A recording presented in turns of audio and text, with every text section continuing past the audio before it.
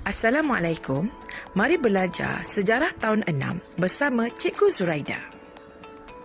Pastikan semasa PDPR berjalan, anda semua ada buku teks sejarah tahun 6 dan sebuah buku tulis garis 1. Buku tulis ini di bahagian perkara sila tulis sejarah.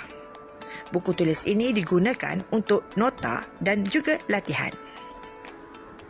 Pada kali ini, kita akan belajar tajuk 1, iaitu Negara Malaysia. Di dalam negara Malaysia, kita akan belajar unit 1, Lahirnya Sebuah Cinta, Bumi Dipijak, Langit Dijunjung dan unit 3, Rukun Negara. Pada kali ini, kita akan belajar Lahirnya Sebuah Cinta. Baiklah, mari kita pergi kepada pembentukan Malaysia.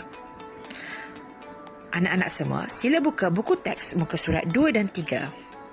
Mari baca bersama cikgu. Gagasan pembentukan Malaysia telah dinyatakan oleh Tunku Abdul Rahman Putra Al-Haj semasa beliau berucap dalam satu majlis Persatuan Wartawan Luar Asia Tenggara di Singapura pada 27 Mei 1961. Terdapat beberapa sebab yang membawa kepada pembentukan Malaysia. Mari baca bersama cikgu sebab-sebab pembentukan Malaysia.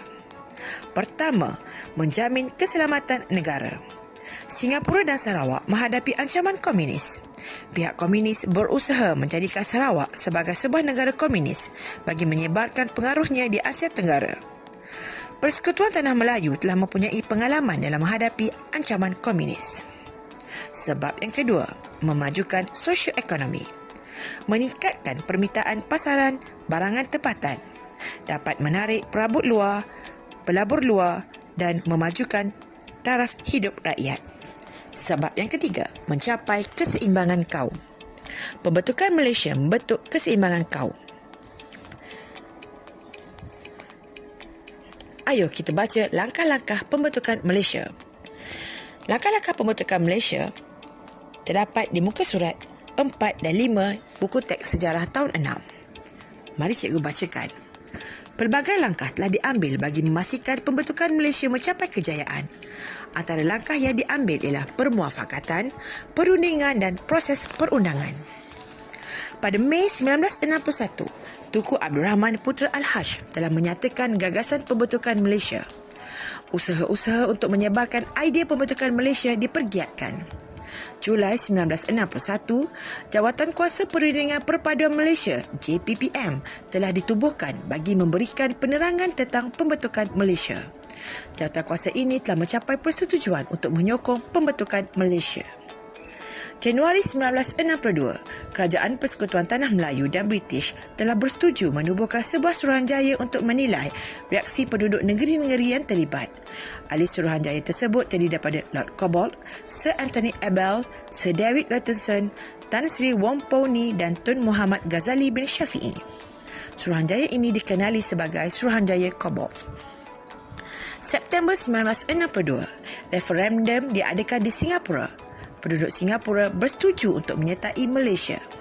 Julai 1963, Kerajaan Persekutuan Tanah Melayu dan British telah menerima cadangan laporan Suruhanjaya Cobbold. Hasilnya, persetujuan dicapai untuk menubuhkan Malaysia.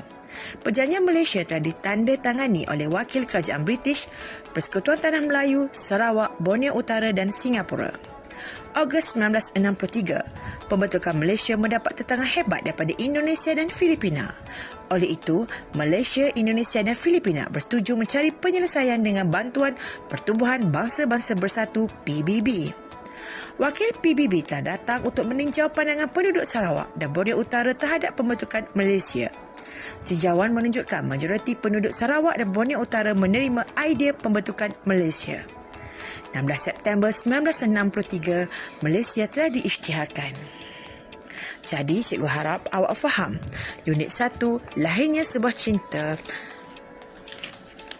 sebab-sebab pembentukan Malaysia dan langkah-langkah pembentukan Malaysia. Akhir sekali, buka buku teks, buka surat 17. Anda semua dikehendaki fikir dan jawab.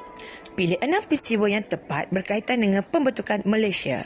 Susun dan nomborkan maklumat tersebut secara kronologi. Siapkan latihan tersebut, snapkan jawapan anda dan WhatsApp ke nombor cikgu. Ingat, siapkan latihan anda, snap dan hantarkan kepada cikgu melalui WhatsApp. Sekian, belajar sejarah bersama Cikgu Zuraida.